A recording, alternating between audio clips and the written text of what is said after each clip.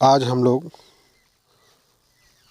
इस चैनल के माध्यम से 1861 का भारत परिषद अधिनियम के बारे में अध्ययन करेंगे। यह अधिनियम पूर्व में जो विधि निर्माण की प्रक्रिया थी उसमें त्रुटिपूर्ण प्रणाली, वायसराय के वीटो पावर एवं विधान परिषदों में भारतीयों का न के बराबर प्रतिनिधित्व आदि कारणों से आया। ब्रिटिश सरकार ने इन सारी कमियों को दूर करने के लिए 1861 का भारत परिषद अधिनियम पारित किया। सन 1861 के अधिनियम ने भारत में प्रतिनिधि संस्थाओं को जन्म दिया।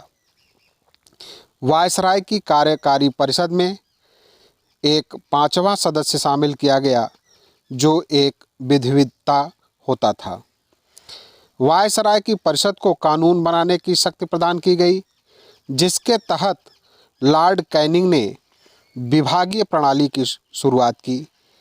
लॉर्ड कैनिंग ने भिन्न भिन्न सदस्यों को अलग अलग विभाग सौंपा और एक प्रकार से एक मंत्रिमंडलीय व्यवस्था की नींव डाली। इस व्यवस्था के अनुसार प्रशासन का प्रत्येक विभाग एक व्यक्ति के अधीन होता था। वायसराय की विधान परिषद के सदस्यों की संख्या भी बढ़ा दी गई। ये संख्या न्यूनतम 6 और अधिकतम 12 निर्धारित की गई। इन सदस्यों को वायसराय नियुक्त करता था, जिनकी अवधि 2 वर्ष की होती थी। इन नामांकित सदस्यों में से आधे गैर सरकारी सदस्य होते थे। इनका भी कार्यकाल 2 वर्ष का होता था। विधान परिषद की शक्ति अत्यंत सीमित थी। सदस्यों को प्रशासन अथवा वित्त संबंधी प्रश्नों को पूछने का कोई अधिकार नहीं था। वायसराय संकट काल में विधान परिषद की सलाह के बिना भी अध्यादेश जारी कर सकता था। इन अध्यादेशों को 6 माह के लिए ही लागू किया जा सकता था। वायसराय को विधान परिषद द्वारा पारित विधेयकों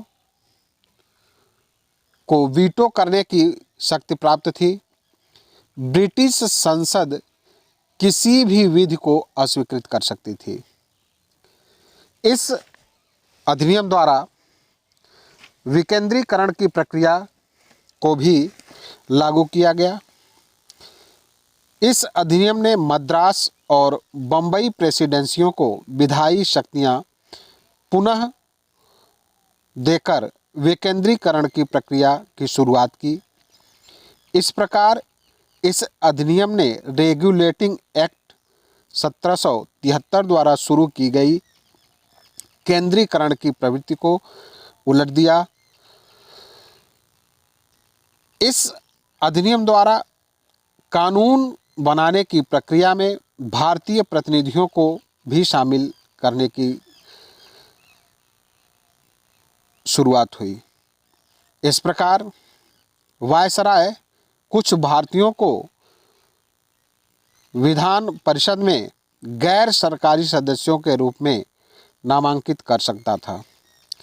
1862 में कैनिंग ने 3 भारतीयों, बनारस के राजा, पटियाला के राजा और सर दिनकर राव को विधान परिषद में मनोनीत किया। इस अधिनियम के द्वारा वायसराय को परिषद में कार्य संचालन के लिए अधिक नियम और आदेश बनाने की शक्तियां प्रदान की।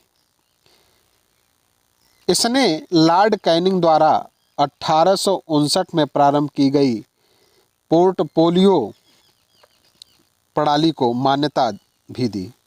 इसके अंतर्गत वायसराय की परिषद का एक सदस्य या अधिकारी सरकारी विभागों का प्रभारी बनाया जा सकता था तथा उसे इस विभाग में काउंसलिंग की ओर से अंतिम आदेश पारित करने का अधिकार था। इस प्रकार से 1861 का भारत परिषद अधिनियम भी भारतीय संविधान में, भारतीय संवैधानिक विकास में महत्वपूर्ण भूमिका रखता है।